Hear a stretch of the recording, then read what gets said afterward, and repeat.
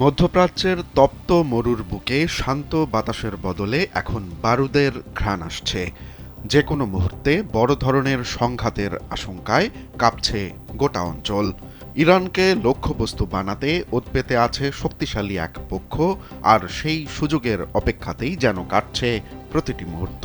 এমন এক উত্তেজনাকর পরিস্থিতির দিকেই আঙুল তুললেন তুরস্কের পররাষ্ট্রমন্ত্রী হাকান ফিদান। শুক্রবার এক সাক্ষাৎকারে ফিদান স্পষ্ট করে জানিয়ে দেন, ইসরায়েল ইরানে হামলা চালানোর জন্য মরিয়া হয়ে সুযোগ খুঁজছে।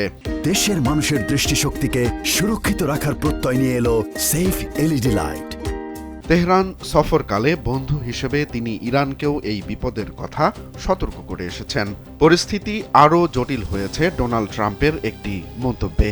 ইরানের দিকে বিশাল মার্কিন নৌবহর এগিয়ে যাওয়ার বার্তায় নতুন করে ঘি ঢেলেছে আগুনে।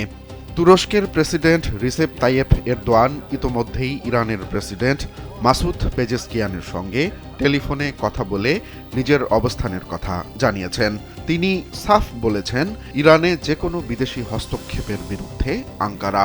এদিকে ইরানও চুপ করে বসে নেই। দেশটির এক জ্যেষ্ঠ কর্মকর্তা রয়টার্সকে হুঙ্কার দিয়ে বলেছেন, হামলা ছোট হোক বা বড়, সেটিকে তারা সর্বাত্মক যুদ্ধ হিসেবে গণ্য করবে এবং এর কঠোর জবাব দেবে। বিশ্লেষকদের দাবি, যদি সত্যিই কোনো হামলা হয় তবে তা কেবল দুই দেশের মধ্যেই সীমাবদ্ধ থাকবে না, বরং পুরো মধ্যপ্রাচ্য এক ভয়াবহ অস্থিতিশীলতার মুখে পড়বে।